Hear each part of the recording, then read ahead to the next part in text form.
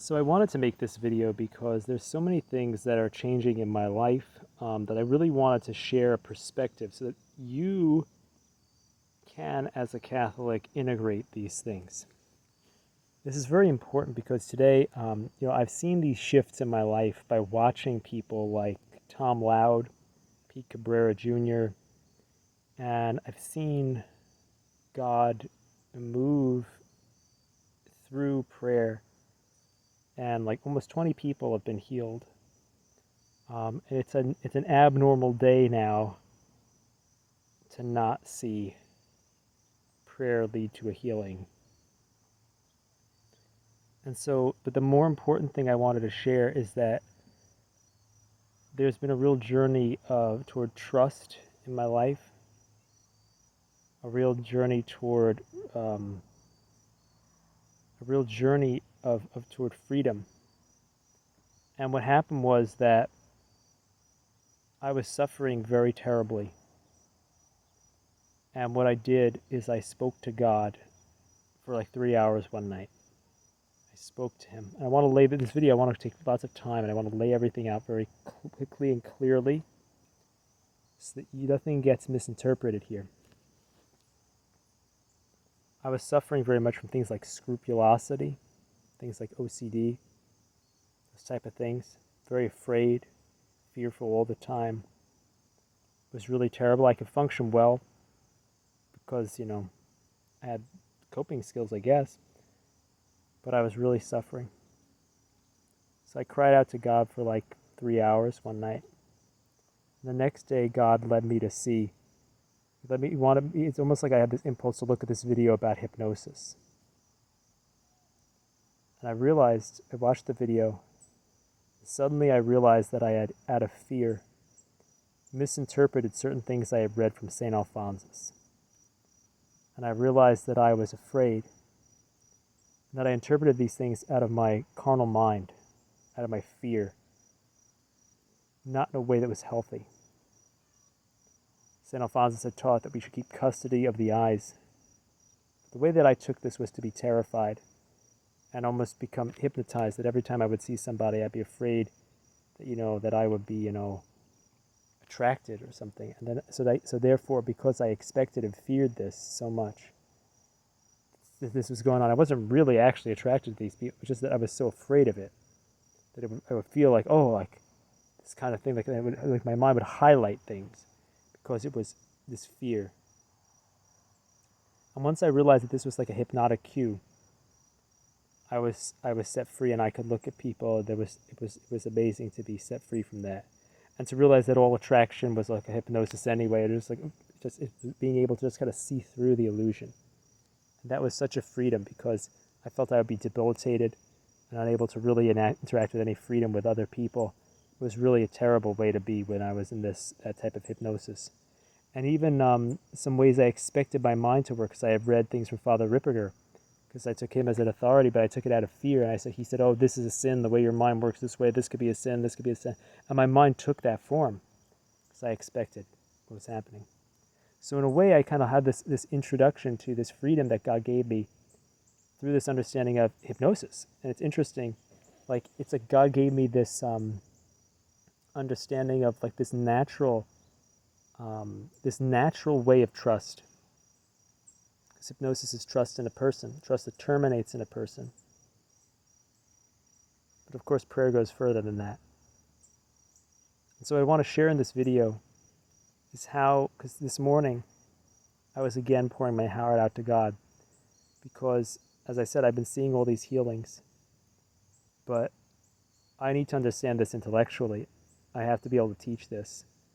I don't want to be deceived. I know what the church says, and I know what church history says, and a lot of different things.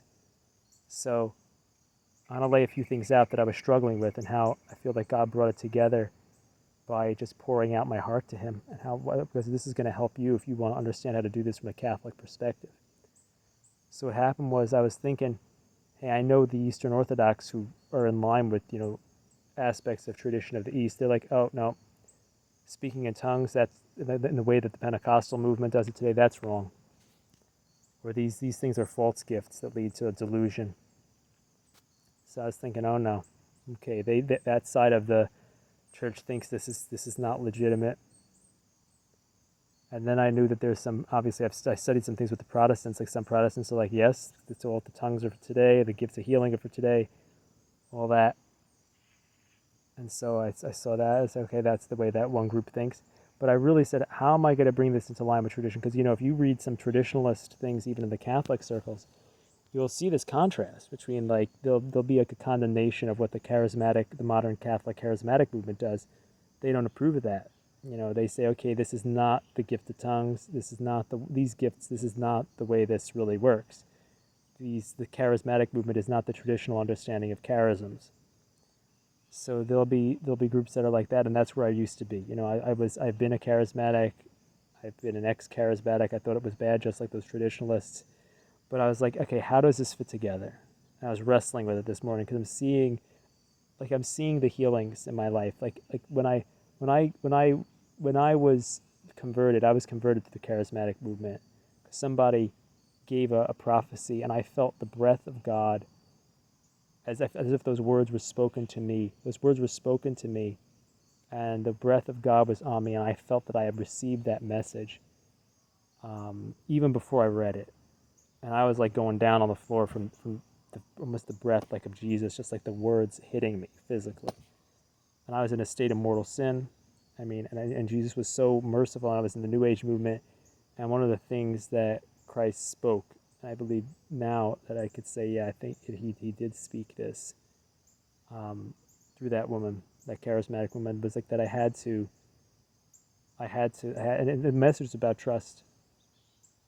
But I remember looking out over the campus of Mount St. Mary's University after getting that message, and I realized that God had a relationship with me, not only that I had a relationship with God. And I let go of, that was when I tried, there was a big shift in letting go of the New Age movement. There were times I really struggled again and again after this with just trying to understand how to get back into the church, and there were confusions that I had, but that was really a thing of, letting go of the New Age, in a big way, came out of that. Trying to really get back in touch with the church. So that was a big shift. It wasn't perfect, but it was a big shift. So how do we reconcile? How do we reconcile the charismatic movement? And these women prayed over me, and I was healed of this problem that I was having with sin in my life, and I didn't have this problem anymore. So I see, like, a lot of these things, these instantaneous changes. Whenever I see these changes, especially what I'm seeing now from this very simple method of prayer that I'm using, I'm seeing almost a healing, at least like one healing every day. And I'm finding freedom by stepping out of my comfort zone into a life with Christ for others. And so I'm seeing this good, and I'm also seeing the thing that I mentioned. So I'm seeing the things from the charismatic movement, from the things that I'm doing now, and also from things that sound like hypnosis. Because I realize, all these things that I've learned about, like the hypnosis type things, the way the mind works, the way the mind and body work, these things are also floating around in my head. Things that I've learned from things like NLP and things like the TMS community about how health and the mind kind of work together. I know that there's beautiful analogies between a lot of the things I hear from people like Pete Cabrera Jr. and things from Tom Loud and things from Dan Buglio, who talks about this natural level of healing, which is very similar. All the practices and concepts all have these natural analogs. And so I really want to kind of say what happened to me today and what God showed me, and what I feel like that pouring out my heart about how does this all fit together. If the Orthodox and the traditional Catholics say, okay, the tongues are delusions, the modern charismatic movement are delusions, and if we then have these natural things like these hypnotic things or these other practices, there's different levels, so to speak, maybe of charismatic practices. How do we reconcile this? How do we practice this as a Catholic who wants to really be in tradition? How do we redeem these things and live this stuff out? Because this is all about trust. And if we can't have a decent concept of what's going on, the mind can't find any ground in this and can't make sense of it and can't use it. So I was pouring out my heart about this, and it was really distressing because, obviously I go out and I pray for people, for healing, and I'm like, am I doing stuff from the devil? What am I doing? I don't know if that was the worry today, but that worry has been there too. But here's the thing. There are different levels. It's true that what the charismatic movement is doing, I don't think it's exactly what the apostles were talking about. I think it's different. That doesn't mean it's bad. I think that the traditionalists and the Orthodox are right, that it can lead to delusion. I think we have to think that the gifts are a slightly lower grade, so to speak, that they may be being expressed at a different level. Maybe they're being expressed at a level that's like slightly lower. I don't know how to explain this, maybe from the emotions instead of the deep heart, like the exterior heart. But it doesn't mean that these can't be redeemed. I think we just have to know that they're the new gifts, or that they're more like a practice than a gift. Because here's the thing. Let's just take a really clear example. Let's say Padre Pio's reading of souls or whatever. And then we have somebody, like I was watching a Damien Stain rally on the internet, and so he gets this prophecy of all these details about this guy. I think that Damien Stain's gift is of a different grade than Padre Pio's gift. Like Padre Pio's might be at an infused perfect gift of the old style, but now the charismatic, the Pentecostal movement outside the church has kind of developed this ability at a lower level. And then the Catholics, we can take it in if we understand what it is. And as long as we're humble about it, we say maybe it's a little bit lower than what it is. We don't make a thing of, I have the highest level gift here that the saints have. I think that's very important. But I think that it can be redeemed, because if we know it's a lower level, we don't have pride. If we use it with humility, it's like. But I think the thing is too, we see the church is approving the charismatic movement. We see that there are orders that have charismatic elements in their constitutions. The church has approved these things. So these are approved charisms in the church. And so if we're going to take that thing that the church has approved, how could the church can approve charisms that are not going to lead to holiness? So how could the church, both in its tradition, have a different understanding of tongues, a different understanding of these things that the traditionalist Catholics look at? And how could the church be saying that this is okay? I think it's because we have to understand that these things are okay. These things are maybe just a different way in which these gifts are manifesting on a different level of the personality. And it may be a lower level of the personality, a more emotional level of the personality. It doesn't mean we can't do them, but it means we have to be guarded about what we say they are. And it's something that when we understand it from a Catholic perspective in light of tradition, we then can affirm what the traditionalists are saying, that there's something different, but we can also affirm what the charismatics are saying, whether there's something good. And we can have these two perspectives kind of redeem each other. We can have them purify each other, so that we have this becoming a way of redeeming this rather than a way of excluding this. And in the same way, we can look at things like, so let's say, there might be different things. Like somebody that was talking, I was looking at a person posting about this online the other day. They were saying, in the old Pentecostal circles, there used to be much more of an emphasis on repentance. The tongues were seen more of like a gift. Now it's just as a practice. Well, here's the thing. It could be that you get like a gift of tongues. You might get like more of a gift. But it's not wrong to do a practice, as long as you understand what you're doing. Because I think it's very similar to when we talk about things like infused contemplation in the spiritual life and acquired contemplation. It's not wrong to, if I'm going to kind of babble, but do this babbling as a way of expressing my emotions to God, that's a prayer. Even if it's not an infused gift of tongues, it's a prayer. It is a prayer.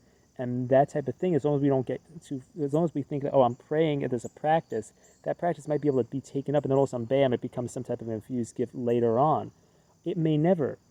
But the thing is not to think it's up here and not to say it's not usable. But the thing is to have humility about the levels and the amount of gift versus the amount of practice. And I think it doesn't mean that, so for example, when I do the prayer for healing for people, I tell them I don't have a gift of healing, which maybe I shouldn't say that. Maybe I should be open to having a gift of healing. But the thing is that what I'm doing is I'm just using authority. I'm just using prayer. And so there might be ways of just kind of doing these things at a lower level.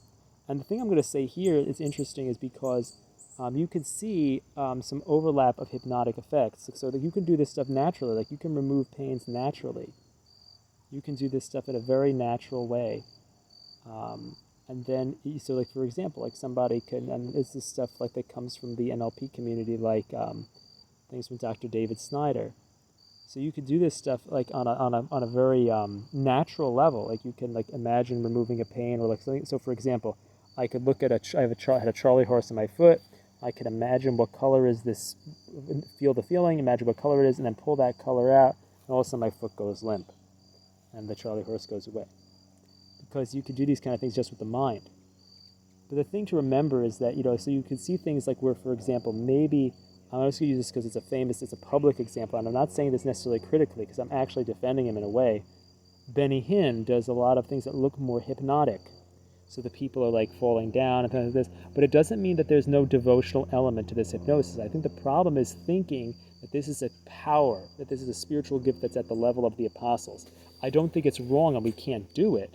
I don't think it's wrong, but I think that it needs to be purified so it doesn't lead to a delusion.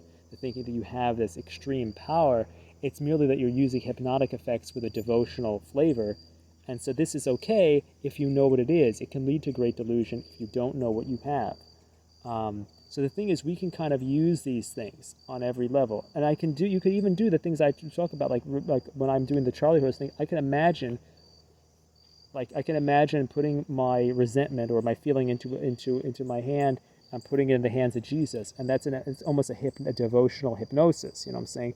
But it doesn't mean that but I'm using this word hypnosis in a broad sense. But what I want people to understand is that these things of trust, these experiences of trust and absorption are not necessarily evil. Like that's Ignatian prayer, is imaginative prayer. Like it's like you don't have to think that this is evil. We just have to know what we're doing. Like if I'm using the gift of prophecy, if I'm doing an imaginary prayer and imagining what Jesus would say, that's like a lower level than like maybe like the charismatic gift of prophecy in the modern charismatic movement, which is different than like maybe an extreme gift of prophecy that you're going to have like with like the Blessed Virgin saying that all generations will call me blessed, obviously. So it's like these are like majorly different levels of thing.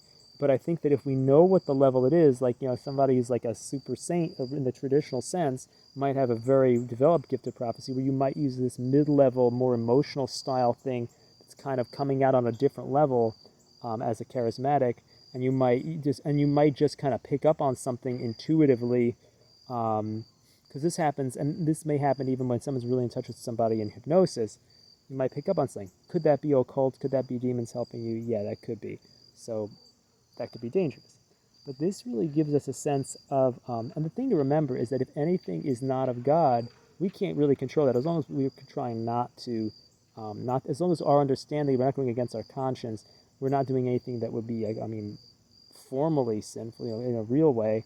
But the thing here is, like, even if you have a consolation in prayer, you can't control even devils giving you exalted feelings in prayer. They can do that. But the thing is, whatever we get, whatever gifts we get, whatever blessings we get, we have to thank God and see ourselves as unworthy of that. And that's the way we not necessarily that we have to be beating ourselves up, but we have to realize we're a creature and God is giving us a gift and is generous to us. So, and that we are sinners also on top of that. And so it's like we don't deserve it. So this is a way, I think, of trying to put this all together. So I really want you to use this video to understand where this all fits so that you can embrace tradition that says the charismatic movement is not what the saints said. And you can embrace the charismatic movement as well, and also embrace the things that just use the mind to heal.